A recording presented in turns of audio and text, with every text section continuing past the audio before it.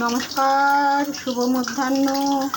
আজকে আমি chicken patties করে দেখাচ্ছি কিভাবে করছি। দেখুন, আমি এই ময়দাটাকে ময়ম দিয়ে রেখেছি, এবার গোল্লা গোল্লাগুলো করে নিলাম। আর এই চিকেনটাকে কিমা করে নিয়ে এসেছিলাম, সেটা পেঁয়াজ, রসুন, আদা, কাঁচা লঙ্কা, কাশ্মীরি রেড চিলি পাউডার, নুন, হলুদ সব একসাথে একটু ফ্রাই করে নিয়েছি। এবার আমি প্যাটিসটা ভাজছি। দেখুন, তবে এটা আমি ডিপ ফ্রাই করব। আপনারা যারা দোকান থেকে কিনে খান বা আমরা খাই, সেটা বেকড করা থাকে। আমি এটা ডিপ ফ্রাই করছি।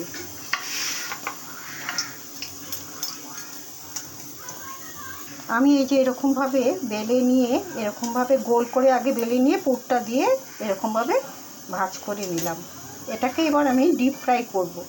আর আমরা সাধারণত মিও মোড়ে বা মঞ্জিনিস থেকে যে কিনে খাই, সেগুলো বেক করা হয়। আমি তো ওটা করব না, আমি ডিপ ফ্রাই করছি।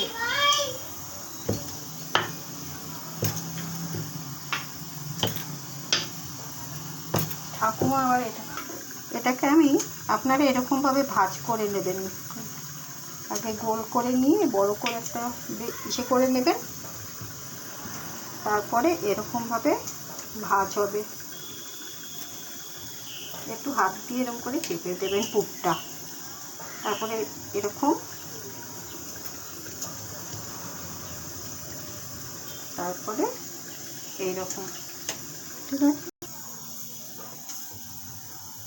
এই যে আমি ছাড়ছি, কড়াইয়ের মধ্যে দিলাম। আমার চিকেন প্যাটিসগুলো তৈরি করা হয়ে গেছে। দেখুন, ঠিক এরকম আপনারাও করে নেবেন। ভাজ করে করেছি, গোল করে আগে বেলবেন, তারপরে 4 ভাজ করে দেবেন। আমি তাহলে আমার ভিডিওটা আজ এখানেই শেষ করছি। সবাই ভালো থাকবেন। দেখা হবে আবার আগামী বছর। আগামীকালও একটা ভিডিও দেব, তারপরেই তো পরের দিন আমি পয়লা বৈশাখে ভিডিও দেব না। আবার দেখা হবে পয়লা বৈশাখ, দেখা হবে না, মুখ তো দেখাচ্ছি না আমি, কথা হবে পয়লা বৈশাখের পরে। সবাই ভালো থাকবেন। আগামী বছর সবার ভালো হোক এই কামনা আমার রইল। নমস্কার।